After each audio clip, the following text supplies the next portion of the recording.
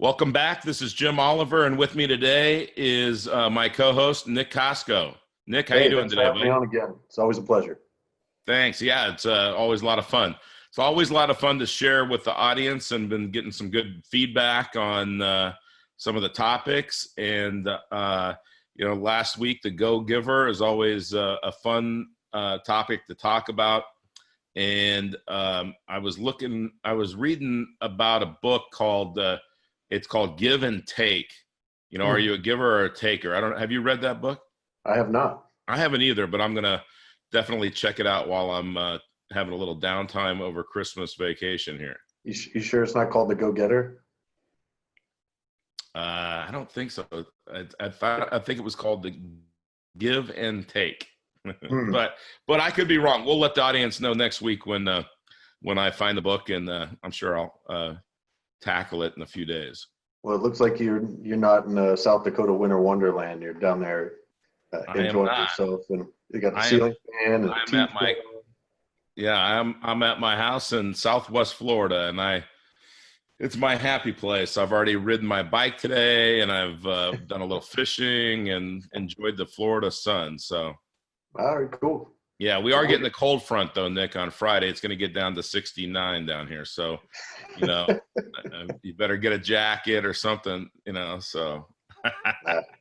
But hey, it's the Christmas season, and the one thing I've noticed down here, we've talked about this a lot over the years, but these car manufacturers, man, they are in the giving spirit, right? I mean, they're giving away cars for 0% interest. Isn't that cool? Well, I mean, it sounds like the logical thing to do. I take it you're out shopping? Well, no. I try not to shop. My kids and my wife are going to Disney for 3 or 4 days. Trust me, that'll cost me more than Christmas gifts. There'll be plenty bought there. Well, it must be slow auto times here too, because on our way, we were running some errands this weekend, and we drove past, there's this little part in town that has all the big auto dealerships right there lined up against this major street. Yeah. And every car, I mean, there's probably a good 100, no joke, between 4 or 5 different dealerships, and a major discount, like 5-figure discounts or 0% financing on every one of these windshields. So that's a big word, that "or" word, isn't it? It is a big word. It's only 2 letters, but it's a big word. By the way, do you think that GM makes more money manufacturing cars or financing them? Man, I don't know. I would think. I grew up in an auto industry house, and it seemed like Ford made a lot of money selling cars, is just what it looked like to me. They make more money financing them. But how do they do that, Nick, at 0% interest rate? I don't know. It sounds like 3-card Monty. Like that 0 is the distractor or something. Yep. Something doesn't add up. If they're making the 0% interest on finance, but they're making all the money on financing them, they must have a lot of volume. No, I'm just kidding. So a lot of revolutions, a lot of turns. That's but right. No, car dealerships or car manufacturers make more money on financing the car than they do on manufacturing it. But this 0% interest is a bait and switch. Now, Auto Trader would tell you it's not, that they're just making the money on the car.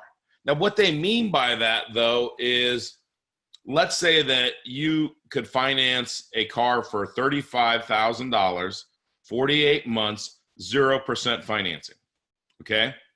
That is $729 a month.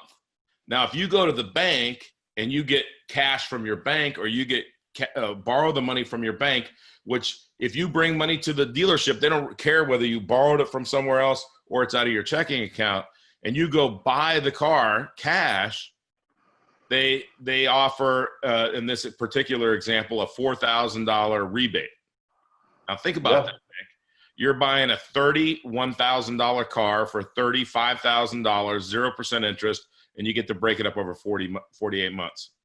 So you know what that means? That means you paid a little bit over 6% interest for the car because you're paying all the interest up front.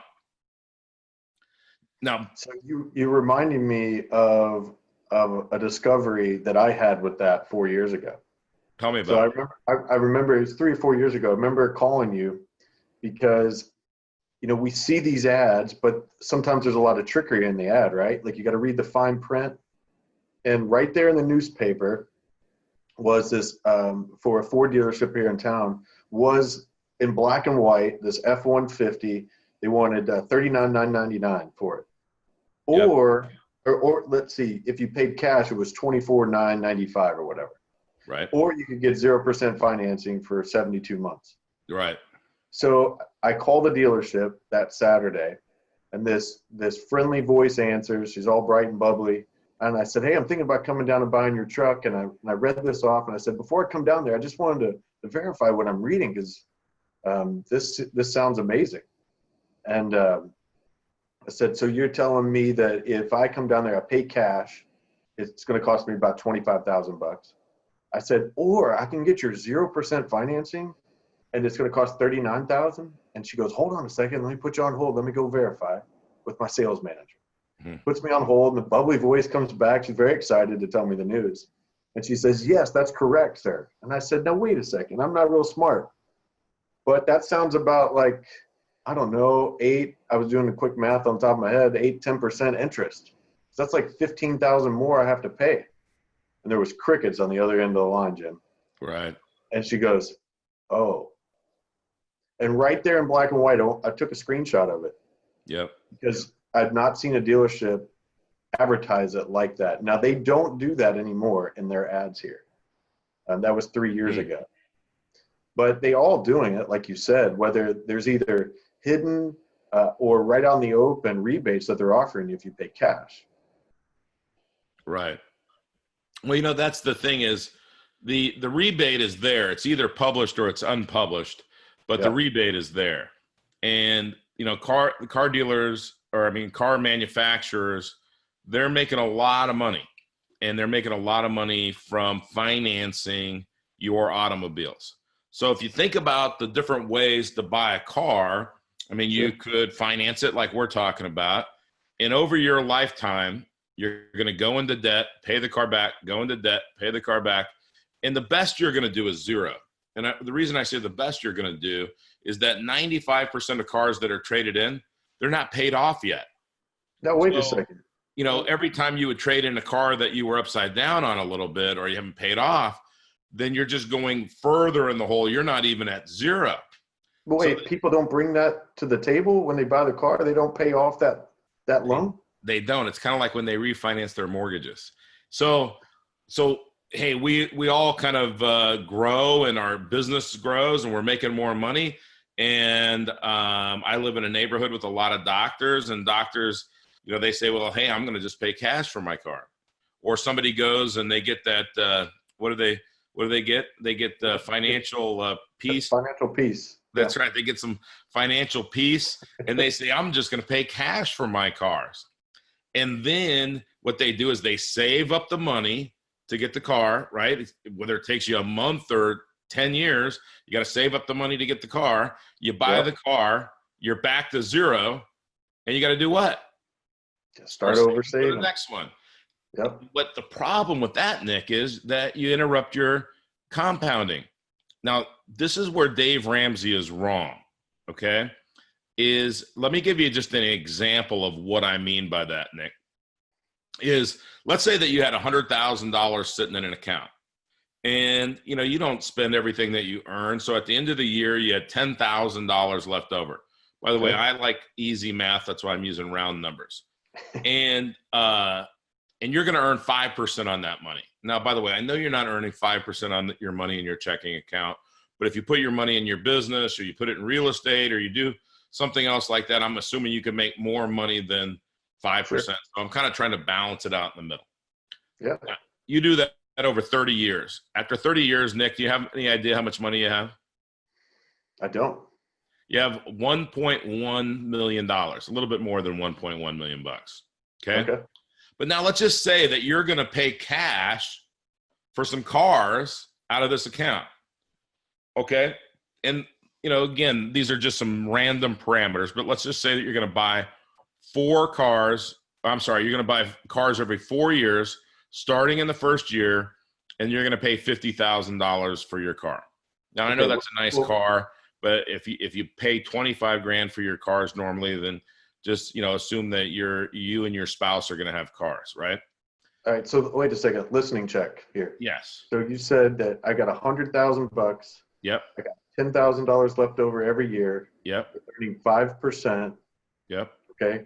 And I'm going to go buy a $50,000 car every 4 years, right? Right. Yep. Okay. And just so that our audience understands this is all going to be in our podcast notes. You're going to be able to see the breakdown of all of this too. So, okay. Absolutely. Go ahead. Want to make sure I'm following all this. Okay. So remember, we were going to have $1.129 million. Okay. A little bit over 1.1 million bucks.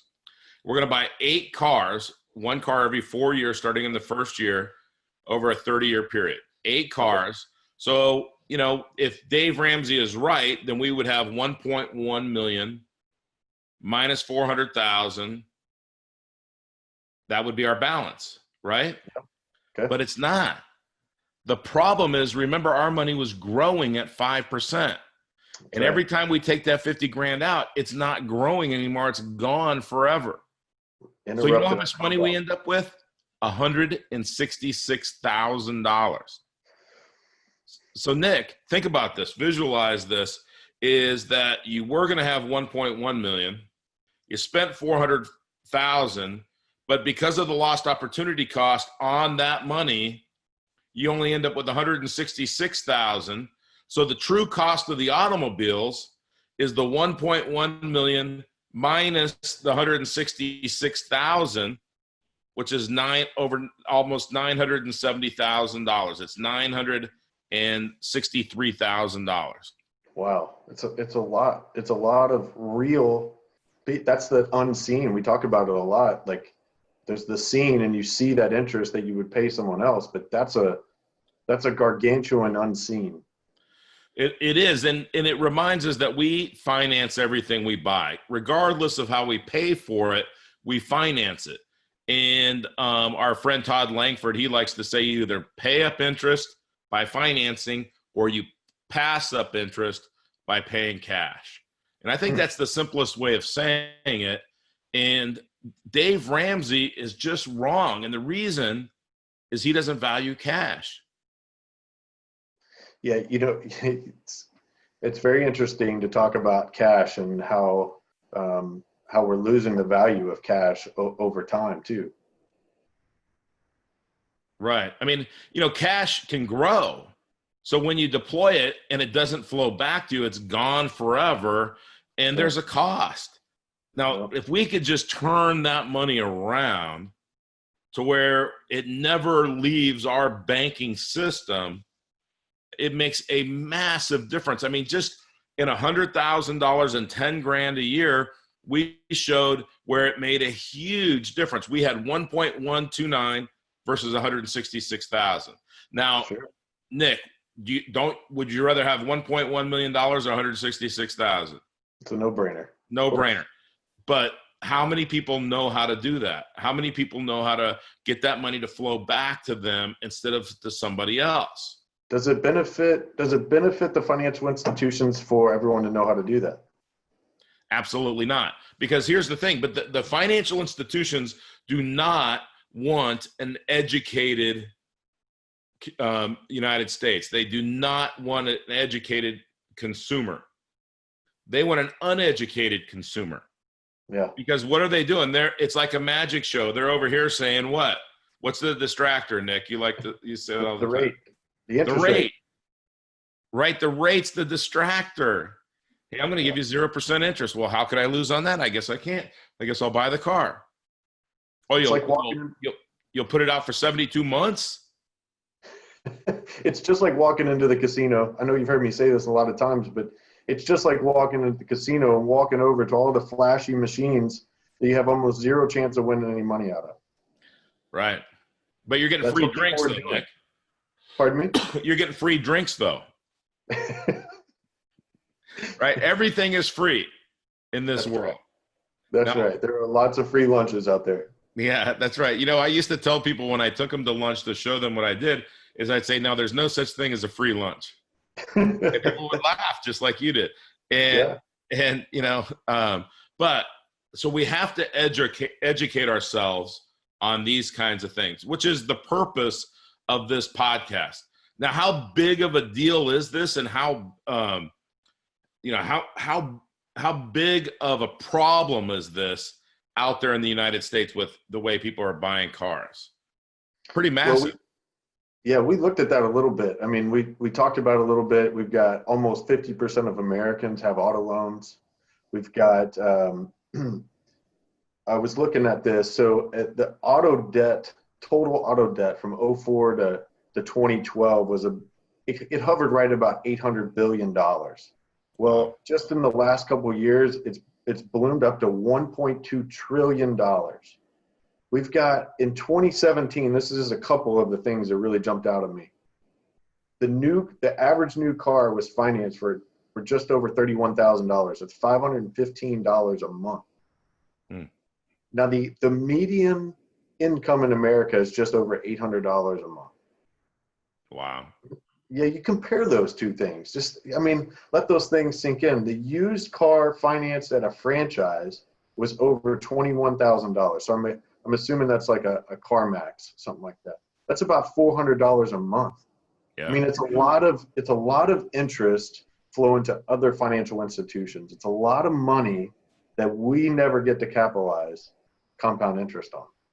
Well, it's like our great friend Nelson Nash says, if some authoritative power took all the money in the world and distributed it among all the people in the world equally, in less than 10 years' time, 97% of all the money would be back under the control of 3% of the people.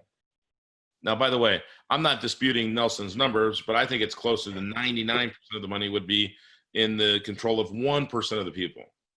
But what does that 1% or 3% know that we don't know? They know how to get money to flow to them instead of away from them. It's pretty simple, but nobody ever teaches us that. Did you ever learn that in school? I had no idea. No. And here's the thing is we are really being taught to be uneducated. I know that sounds funny, but we're taught to the wrong things about money that make us uneducated. We're told to put money in Wall Street. How's that been going lately? Yep. And we've been told to let somebody else earn a living managing our money because we're not smart enough to do it, right? Yep. I mean, it just seems, I think 50 years from now, and the people that are really out there educating themselves about money are going to look back and they're going to say, oh my gosh, that was the wrong thing to do. Why would I have ever done that? And, I'm just so passionate about helping people educate themselves. Okay. Because again, this is a participatory sport, money, education. Yeah. You have to participate. Going and hiring somebody, it's not like hiring an attorney. Hey, when I had surgery on my eyes, I got the best guy in the country to do it. Right. Yeah. So, and I was happy to pay him because I'm not going to teach myself to do eye surgery, but money, and he's a great friend of mine, by the way, but money is different. We all have to educate ourselves. Right. I mean, yeah. Well, it's going on everywhere. I mean, it's not just in the auto stuff. I know that's what we're really talking about here, but you and Jim Anderson talked about it a couple episodes ago about equipment financing. Right. And Nelson digs into it. He's got a whole part of the book dedicated to this, that this is going on in every business of America, some way, somehow. We see it whether, if you own a basic franchise where they're selling you, various restaurant pieces for the franchise, that's being financed some way. And I guarantee you it looks cheap to finance it. Yeah. That small truck driver out there, there's a lot of that stuff out here where I live, little depots, they got a couple trucks and they're doing that. And, those guys, they're experiencing the same thing and they're never going to get ahead financing it the way that the finance company wants you to do it. Yeah, it reminds me that the auto manufacturers, the auto dealers, the banks, the government, all of these entities, Wall Street, they're playing a game, and they're playing it so well that most people in the United States, what? They don't even know what's going on. They don't even know what's going on. Like, and that's the thing. Nelson likes to talk about this YouTube video called The Banker. Yeah. And if you go on there and just type in The Banker, you'll see a guy sitting in a suit. I actually forgot I only had a T-shirt on today, Nick. But, a guy in a suit, and he's in this big house. You can tell, and he's stuffing, and he goes, oh. And he starts talking about, oh, the great thing is I'm a banker. There's not a lot of us, and we take advantage of everybody else. And you don't even know it. And it's great. So as long as you won't educate yourself, then I'll just keep on making tons of money from you. And thank you. He didn't say even thank you, does he? But you got to watch that video. Nelson does a great imitation of that guy, by the way. I think it's just about understanding. It's like hey, if you want to go get 0% financing with your car, I'm going to sleep the same whether you do it or not. Right. Okay. But we just want to empower you to be, an educated buyer. Right. Just understand what's going on, because the problem is, we got that convenient lie line and the inconvenient truth line. Right. And most people are just so content to be in that convenient lie line, yet have no idea the magnitude of the cost. And that's what I really like about your car buying example. That money would grow to $1.1 million. Yeah. And it seems okay to go down that convenient lie line that is propagated and when people go get financial peace. Yeah. It sounds good. It is an alternative to going and paying that visual interest to someone else. Right. But the problem is it's a lie also. Yeah. It's costing you. That's not a little bit of money. $900,000 is not a little bit of money. And what that says is that if you're not willing to overcome that, like if someone keeps saying that, what they're saying is that you aren't capable of being disciplined enough to take care of your money in a way that will allow it to grow to $1.1 million and have the cars. Right. So that's that noise that holds people down. That's a scarcity mindset. Like, no one is going to tell me I can't do something like that. Sure. I want to be empowered to make a liberating choice. So when you say empowered, and I agree with you, is why aren't people empowered? And the reason is that they are taught from a very young age that you go get somebody to build your wealth for you. You have to buy financial instruments, that a 401k is the best asset you could ever own. All of these things. And we're conditioned improperly. Our paradigms are wrong. So how you learn this is you have to educate yourself. This is one of the things that when I think about what we do every single day, and again, the reason for this podcast is trying to help people break away from that kind of thinking. Break away from people taking advantage of you, like the banks, Wall Street, and the government. Pay as little in tax as you are legally required to.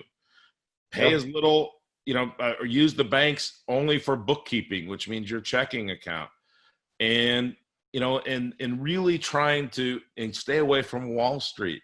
I mean, if you think you're going to win there, then Nick, you might as well go down to those fancy machines you were talking about at the casino, grab that arm, pull it, and think, one of these days, I'm going to make a lot of money doing this. Yeah, good luck. How do you think they pay for those nice buildings and those free drinks? I mean, it's the patsies. The patsies, the pansies. What's it? Yeah, the patsies. They're the people that say, hey, I'm getting free drinks, I'm having fun. Well, just know that's entertaining, right? Yeah, To that's me, right. I'll go down to the beach and I'll just take my wallet out and start throwing money in the ocean because I have more chance of that money coming back to me than if I'm at the casino. Well, I think what you touch on there is that this is a participatory sport. You got to be willing to take action. We Yeah. talked about that a lot lately. Is being willing to take action. You know, you can have this goal of financial independence. You can have the goal to say that money buys choices and choices buys freedom. And I'm just on a quest to have as many choices as possible. But what are those small actionable steps I'm going to take? And I think that well, what we tell people all the time is read Nelson's book. Yeah.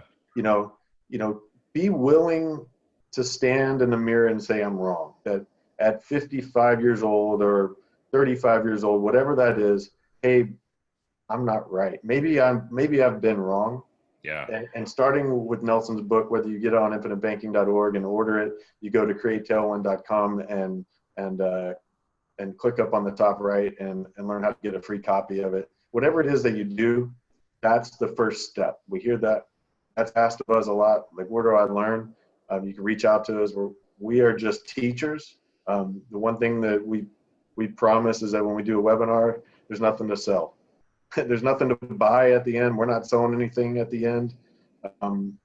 It's just geared for you, the participant, to go, hey, you guys might be onto something, and I want to learn more.